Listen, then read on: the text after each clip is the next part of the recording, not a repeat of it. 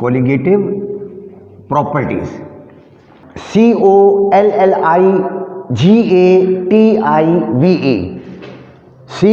COLLIGATIV, colligative properties किसकी? Solutions की, colligative properties of the solution.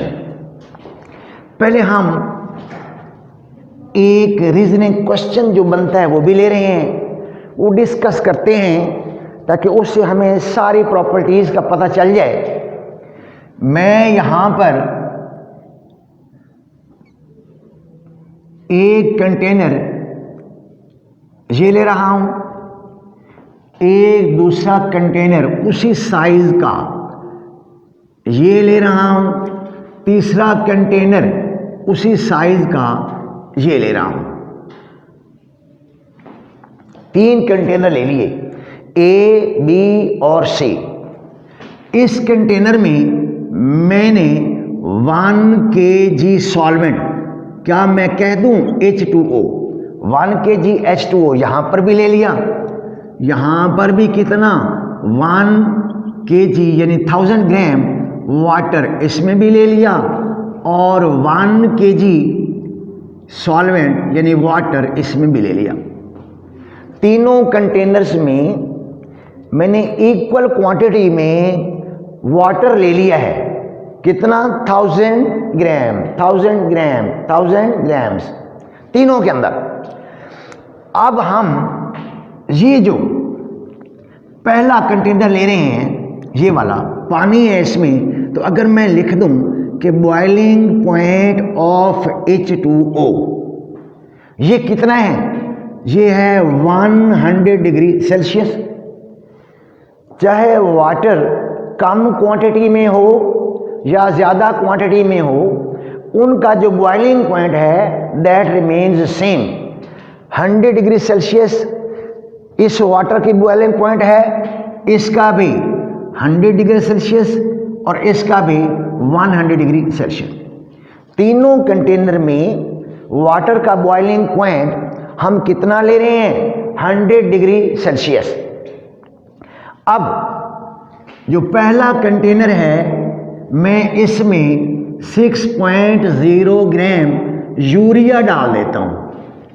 6.0 gram urea, इसमें मैं 18.0 ग्राम ग्लूकोज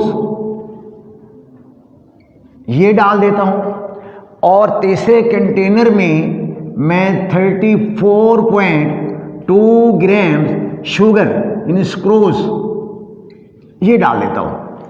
3 अलग अलग केमिकल्स, एक केमिकल A है दैट इज यूरिया, दूसरा केमिकल B है दैट इज ग्लूकोज, तीसरा 34.2 ग्राम स्क्रोज है C12H22O11, ये क्या है? ये है शुगर या स्क्रोज। तीनों मैंने इसमें डाल दिए हैं, एक इसमें, एक इसमें और एक इसमें। ये ख्याल रखिएगा, ये तीनों जो मैंने सॉल्यूट्स लिए हैं they are non volatile. Non volatile भी हैं, नॉन इलेक्ट्रोलाइट भी हैं। Non volatile, non electrolyte solutes ले लिए हैं, क्योंकि इस पर हमने रॉड्स लॉ का जो पहला केस है वो अप्लाई करना है ताकि हमें कोलिगेटिव प्रॉपर्टीज समझ आ जाए। तो ये ज़हन में रखिएगा, कुछ टीचर कोलिगेटिव प्रॉपर्टीज पढ़ाते हैं, कुछ कोलिगेटिव प्रॉपर्टीज पढ़ाते हैं, तो मैं कोलिगेटिव प्रॉपर्टीज कहूँगा।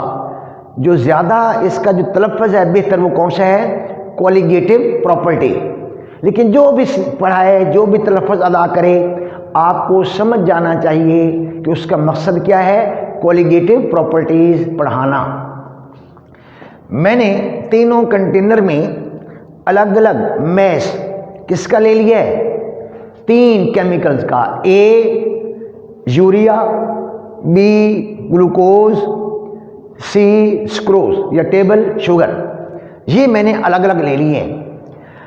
अब हम जब नॉन वोलेटाइल सॉल्यूट इसमें ऐड करेंगे तो अब जो वाटर का बॉइलिंग पॉइंट है वाटर का बॉइलिंग पॉइंट वो बदल जाएगा, वाटर का फ्रीजिंग पॉइंट ये बदल जाएगा, लोअरिंग इन वेपर प्रेशर वो भी बदल जाएगी, यानी वेपर प्रेशर भी बदल जाएगा। ये ख्याल रखिएगा। वजह मैंने पहले बता दी हुई है कि 6 ग्राम यूरिया डाला, यूरिया जो है वो वाटर के अंदर डिज़ोल्व हो जाएगा, तो उसके जो पार्टिकल्स हैं यूरिया के वो सरफेस पर आ जाएंगे। सरफेस पर अब 2 किस्म के पार्टिकल्स होंगे, एक तो सल्यूट के, दूसरे किसके होंगे? सॉल्वेंट के। दूसरे किसके? सॉल्वेंट के। अब वो जो वेपर्स बनेंगे, पहली क्वांटिटी में जितने प्योर सॉल्वेंट इन वाटर के बन रहे थे उतने नहीं बनेंगे, उससे कम वेपर्स बनेंगे, तो वेपर प्रेशर भी कम होगा। लिहाजा हमें उसका वेपर प्रेशर बढ़ाने के लिए ज़्यादा टेम्परेचर देना पड़ेगा। पहला जो बॉइलिंग टेम्परेचर था वो था 100, वाटर का कितना था? 100। लेकिन जब हमने इसमें नॉन वोलेटाइल सॉल्यूट डिज़ोल्व कर दिए हैं तो अब उनका जो बॉइलिंग टेम्परेचर है वो 100 से ज़्यादा हो जाएगा। 100 से ज़्यादा हो जाना मीन एलिवेशन। तो एलिवेशन ऑफ बॉइलिंग पॉइंट, जिस तरह लोअरिंग इन वेपर प्रेशर पहली प्रॉपर्टी थी, आज कौन सी होगी? Elevation of boiling point. तीसरी कौन सी? Depression of the freezing point. और चौथा ऑस्मोटिक प्रेशर। मैंने पहले ये 3 प्रॉपर्टीज अलग डिस्कस करनी है। ऑस्मोटिक प्रेशर हमारे सिलेबस में नहीं है, जो रिड्यूस सिलेबस है उसमें से ऑस्मोटिक प्रेशर को निकाल दिया गया है, लेकिन जो फर्स्ट 3 प्रॉपर्टीज हैं वो डिस्कस करनी है हर हाल में, ये ख्याल रखिएगा। लेकिन ऑस्मोटिक प्रेशर का नाम ज़रूर याद रखना है। बाज़ औक़ात वो कहता है कि कोलिगेटिव प्रॉपर्टीज़ हैं तो क्या होती हैं और कौन कौन सी हैं, ये चीज़ें हमने डिस्कस करनी है। तो पहले में देखिए सॉल्यूट और सॉल्वेंट, सॉल्यूट एंड सॉल्वेंट के पार्टिकल्स में जो रेशो है इसको बोलते हैं कोलिगेटिव प्रॉपर्टी। दूसरे में देखें तो सॉल्यूट और सॉल्वेंट के जो पार्टिकल्स हैं, वो मॉलिक्यूल्स हैं, उनकी जो रेशियो है वो भी क्या है? Colligative property. तीसरी भी कौन सी? Colligative property. तो पहली जो मैं ले रहा हूं elevation of the boiling point, elevation of the boiling point. अब अगर मैं आपसे पूछूं कि हम सॉल्यूट डाल रहे हैं तो उसमें लोअरिंग ऑफ वेपर प्रेशर इसमें भी हो रही है, एलिवेशन ऑफ बॉइलिंग पॉइंट भी इसमें हो रहा है, depression of the freezing point वो भी इसमें हो रहा है, इसमें भी हो रहा है, इसमें भी तीनों चीज़ें हो रही हैं। लेकिन किस में सबसे ज़्यादा लोअरिंग इन वेपर प्रेशर है? इन तीनों में से किस में सबसे ज़्यादा elevation of the boiling temperature है? इन तीनों में से किस में सबसे ज़्यादा डिप्रेशन इन फ्रीजिंग पॉइंट है? ये बात समझ आ गई ना? वो कहता है कि इसको बताओ और फिर जस्टिफाई करो, ये रीजनिंग क्वेश्चन है। तो हम कहेंगे, ये ज़रा ख्याल रखिएगा, मैं पहले इसका गलत जवाब बता रहा हूं। जो हम एक्सपेक्ट करेंगे, जो हमें मालूम होगा, आप लोग समझेंगे, हम लोग समझेंगे कि जहां जितना मैस ज़्यादा है वहां पर लोअरिंग इन वेपर प्रेशर भी ज़्यादा होगा, वहां पर एलिवेशन ऑफ बॉइलिंग पॉइंट भी ज़्यादा होगा, डिप्रेशन ऑफ फ्रीजिंग पॉइंट भी ज़्यादा होगा। ये तो वो जो हमें मालूम हो रहा है, जो हम समझ रहे हैं। हकीकत में ऐसा नहीं है, हकीकत में ऐसा नहीं है। इन तीनों कंटेनर्स में जो लोअरिंग इन वेपर प्रेशर है वो सेम रहेगी, lowering in vapour pressure same रहेगी। इन तीनों में जो बॉइलिंग टेम्परेचर है, जो बॉइलिंग पॉइंट है, उसमें जो इजाफा हुआ है वो भी सेम होगा। इन तीनों कंटेनर्स में जो depression of the freezing point होगा वो भी तीनों में सेम होगा, वो भी तीनों में सेम होगा। अब वजह ये है कि ये जो मैंने 6.0 ग्राम यूरिया लिया है, इसका मतलब है 0.1 मोल, 0.1 मोल। जो इसमें मैंने ग्लूकोज लिया है वो भी 0.1 मोल, इसमें मैंने जो स्क्रोज या शुगर लिया है वो भी 0.1 मोल। तीनों में जो मोल की क्वांटिटी है बराबर है, इसलिए इन तीनों के अंदर जो सल्यूट के पार्टिकल्स हैं, सल्यूट के जो पार्टिकल्स हैं वो तीनों में बराबर हैं। वो तीनों में कितने हैं? बराबर। अगर इसमें मैं देखूं तो ये 6.02 इंटू 10⁻⁻23 डिवाइडेड बाई 10, क्योंकि अगर 6.02 इंटू 10⁻23 हो तो वो 1 मोल होता है, लेकिन मैंने कितना लिया है? 6 ग्राम 0.1 मोल, इसलिए मैंने इसको भी 10 पे डिवाइड कर दिया। तो ये इसमें मालिक्यूल की तादाद। अब मैं चाहूं तो इसको नीचे से 10 हटा के और यहां पर 22 भी कर सकता हूं कि नीचे वाला 10 ऊपर जाके 10⁻⁻1 हो जाएगा, तो 23 में से एक माइनस करेंगे तो 22 पार्टिकल्स। इसी तरह इसमें भी कितना हो जाएगा? ये भी 6.02 इंटू 10⁻22, इसमें भी कितना हो जाएगा? 6.02 इंटू 10⁻22। सब में जो मॉलिक्यूल्स की तादाद है सल्यूट की वो सेम है, मैस अलग अलग है लेकिन मोल्स बराबर हैं। जब मोल्स बराबर हैं तो उनमें सल्यूट के जो पार्टिकल्स हैं वो भी बराबर हैं। तो इसका मतलब ये हुआ कि जो एलिवेशन इन बॉइलिंग पॉइंट है that will remain same in all these 3 container. अब यहां पर जो बॉइलिंग पॉइंट नया आ जाएगा ये 100.052 डिग्री सेल्सियस। तो वाटर का बॉइलिंग पॉइंट 100 से बढ़कर कितना हो गया? 100.052 डिग्री सेल्सियस। ये एग्जैक्ट वैल्यू मैंने बता दी है। इसी तरह यहां पर भी ये भी बढ़कर कितना हो जाएगा? इसमें 100.052 डिग्री सेल्सियस। इसमें भी कितना हो जाएगा? इसका बॉइलिंग टेम्परेचर भी बढ़कर 100.052 डिग्री सेल्सियस।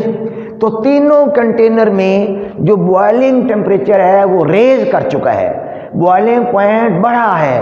कितना बढ़ा है? 0.052 डिग्री सेल्सियस, इतना इजाफा हुआ है। तो हम इसको कहेंगे एलिवेशन, एलिवेशन इन या elevation of the boiling point. कब? जब हमने 0.1 मोल लिया। कितना लिया? 0.1 मोल। अब इसी को मैं दोबारा यहां पर बना रहा हूं। ये पहला कंटेनर है, ये दूसरा कंटेनर है और ये तीसरा कंटेनर है। ये तीसरा कंटेनर है। पहले में मैंने कौन सा लिया है? 6.0 ग्राम जो है वो लिया था यूरिया। यहां पर कौन सा लिया मैंने यहां पर लिया यूरिया। यहां पर पानी में पानी उतना ही है 1000 ग्राम या 1 kg। अब यहां पर मैंने 1 kg वाटर लिखा था, यहां पर 1000 ग्राम। तो क्या मैं यहां पर भी 1 kg वाटर लिख दूं? यहां पर भी कितना? 1 kg और ये वाटर, ये 1 kg और ये भी क्या है? वाटर। तो आपकी मर्जी 1000 ग्राम वाटर ले लें, आपकी मर्जी 1 kg वाटर लिख दें, it is up to you. अब जो मैं चेंज कर रहा हूं, यहां पर था 6.0 ग्राम यूरिया, अब मैंने जो यूरिया लिया है 60.0 ग्राम, 60.0 ग्राम, 60 ग्राम ले लिया। कितना ले लिया? 60 ग्राम। तो अब इसके अंदर इसमें ये जो क्वांटिटी है ये वाली that is equal to 1 mole. ये किसके बराबर? 1 मोल।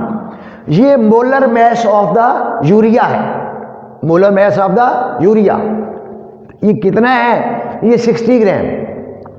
तो अब इसके अंदर जो मॉलिक्यूल की तादाद 6.02 इंटू 10⁻23 पहले कितनी थी 22, क्योंकि मैंने जो मोल लिया था 0.1 मोल, अब मैंने मोल बढ़ा दिया, मैस ज़्यादा कर दिया, 10 से मल्टीप्लाई किया, तो इसलिए अब ये इतने पार्टिकल्स किसके होंगे, सॉल्यूट के। इसमें भी उतने और इसमें भी उतने।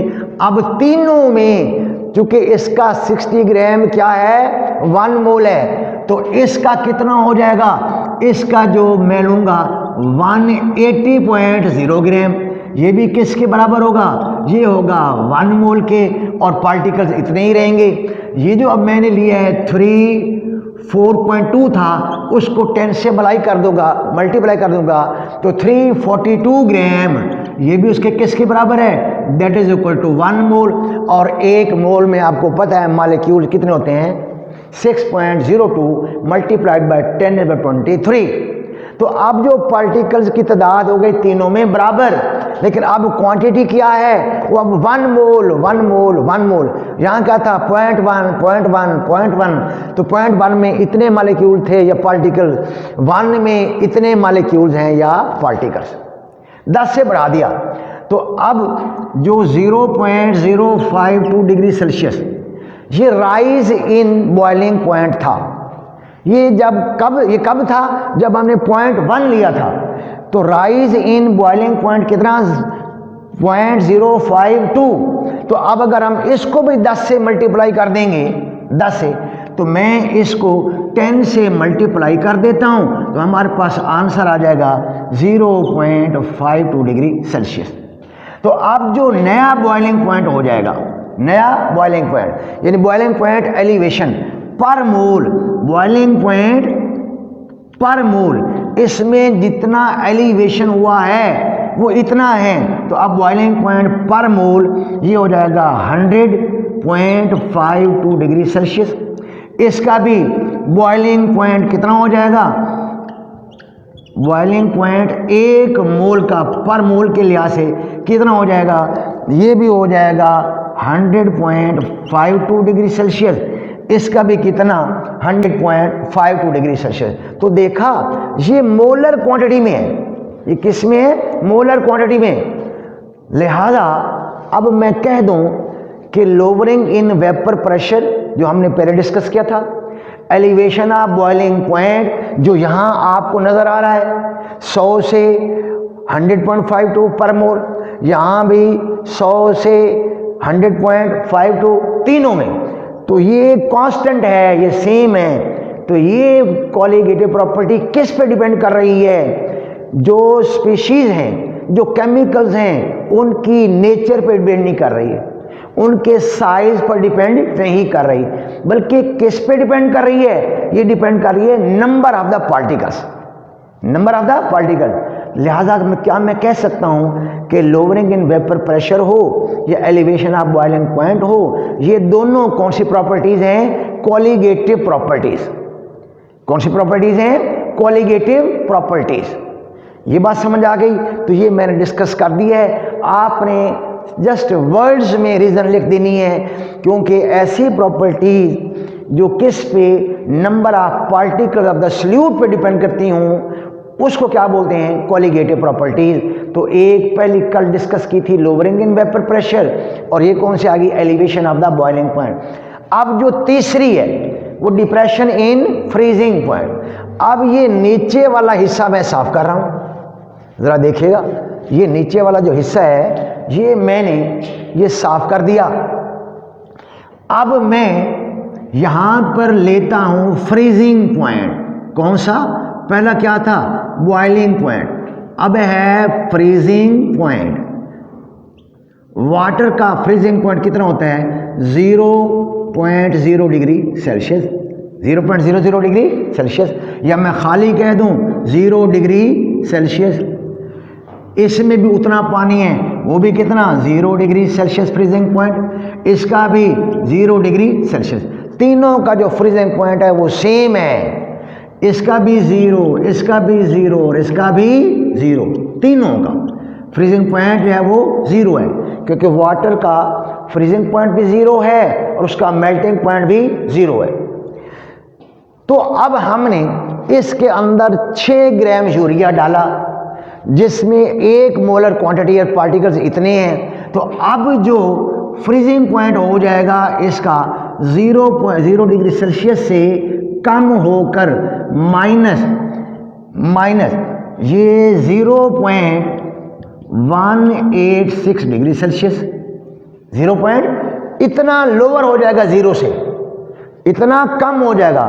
तो लिहाजा हम क्या कहेंगे, depression of the freezing point. Depression का मतलब कम होना, एलिवेशन का मतलब ज़्यादा होना, लोअरिंग का मतलब भी कम होना, लेकिन लोअरिंग का ताल्लुक वेपर प्रेशर से है, एलिवेशन का ताल्लुक बॉइलिंग पॉइंट से है, डिप्रेशन का ताल्लुक फ्रीजिंग पॉइंट से है। तो ये चीज़ें मैंने आपको बता दी। ये भी इतना हो जाएगा, ये भी 0 से कम होकर -0.186 डिग्री सेल्सियस, ये भी कितना हो जाएगा, -0.186 डिग्री सेल्सियस। कब, जब ये 0.1 मोल होगा, तो 0.1 मोल, 1 मोल नहीं है, 1 मोल नहीं है। अब उसी तरह मैं 60 ग्राम यूरिया ले लेता हूँ, 60 ग्राम यूरिया। तो जो 60 ग्राम यूरिया पर जो फ्रीजिंग पॉइंट है 0 डिग्री सेल्सियस, ये कम होकर कितना हो जाएगा, माइनस ये हो जाएगा 1.86 डिग्री सेल्सियस। इसका भी 0 डिग्री सेल्सियस से कम होकर कितना हो जाएगा, -1.86 डिग्री सेल्सियस। ये भी कितना हो जाएगा, 0 डिग्री सेल्सियस से कम होकर -1.8 डिग्री सेल्सियस, तीनों में।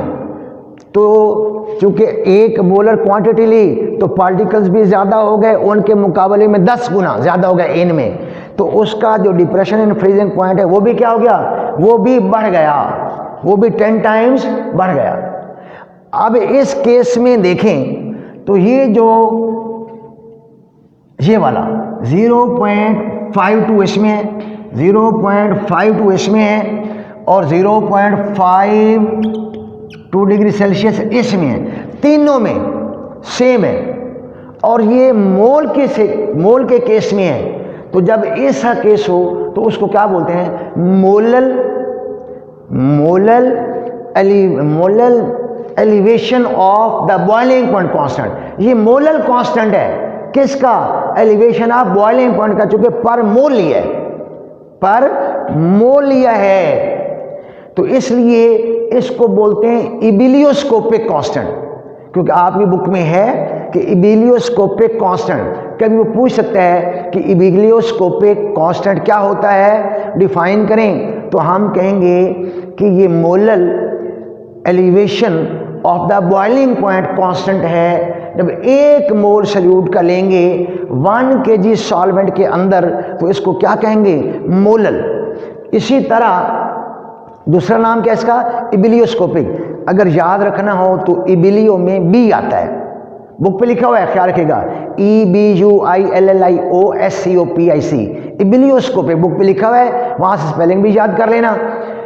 इबिलियोस्कोपिक कांस्टेंट, तो इबिलियो में बी आता है, तो इट मीन्स ये मोलर बॉइलिंग पॉइंट में एलिवेशन है।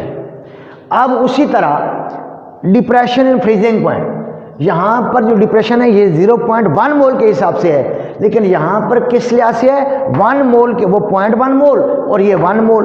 तो अब यहां पर जो कांस्टेंट होगा उसको कहेंगे क्रायोस्कोपिक कांस्टेंट, या डिप्रेशन इन फ्रीजिंग पॉइंट। कब, when 1 mole of the solute has been dissolved in the solvent, कितना, 1 kg सॉल्वेंट में, तो उसका जो कांस्टेंट है वो कितना है, -1.86, ये भी -1.86, ये भी कितना है, -1.86। लिहाजा इसको बोलते हैं क्रायोस्कोपिक कांस्टेंट, और ऊपर वाले को क्या बोलते हैं, इबिलियोस्कोपिक कांस्टेंट। ये वाला कौन सा है, क्रायोस्कोपिक कांस्टेंट। ये किसका है, ये वाटर का है। ये क्या है, ये बॉइलिंग पॉइंट एलिवेशन में जो कांस्टेंट है वो इतना है। और ये कब है, जब ये दोनों कब हैं, जब 1 मोल हम सॉल्यूट का डालेंगे। ये हमारे पास पहली लोअरिंग ऑफ वेपर प्रेशर जो हमने प्रीवियस लेसन में भी डिस्कस की थी, आज मैंने थोड़ा सा आपको बता दिया है। दूसरी कौन सी, एलिवेशन ऑफ बॉइलिंग पॉइंट। तीसरी कौन सी, डिप्रेशन ऑफ फ्रीजिंग पॉइंट। चौथी कौन सी है, ऑस्मोटिक प्रेशर। ये किस पे डिपेंड करती हैं, number of the particles of solute पर, उनकी नेचर पे डिपेंड नहीं करती, उनके साइज पर डिपेंड नहीं करती, उनकी खाली तादाद पर डिपेंड करती है सल्यूट के पार्टिकल से। लिहाजा ये क्या है, कोलिगेटिव प्रॉपर्टी। तो क्यों, क्योंकि रेशो है किसकी, 60 ग्राम यूरिया और 1 kg वाटर में।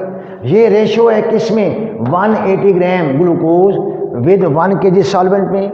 ये रेशो है किसमें, 342 gram sugar with 1 kg water में। तो ये तीनों रेशोज जो हैं क्या कहलाती हैं, कोलिगेटिव प्रॉपर्टीज। इसका फ़ायदा क्या है, हम इससे मॉलिक्यूलर मैस, अभी आगे चल के आप देखेंगे कि हम इससे molecular mess of the solutes, कौन से जो कि नॉन वोलेटाइल और नॉन इलेक्ट्रोलाइट होंगे, हम उनको मालूम कर सकते हैं। ये तो एक रीजनिंग क्वेश्चन भी था, मैंने तीनों प्रॉपर्टीज एक साथ बता भी दी हैं, आपको समझ भी आ गई।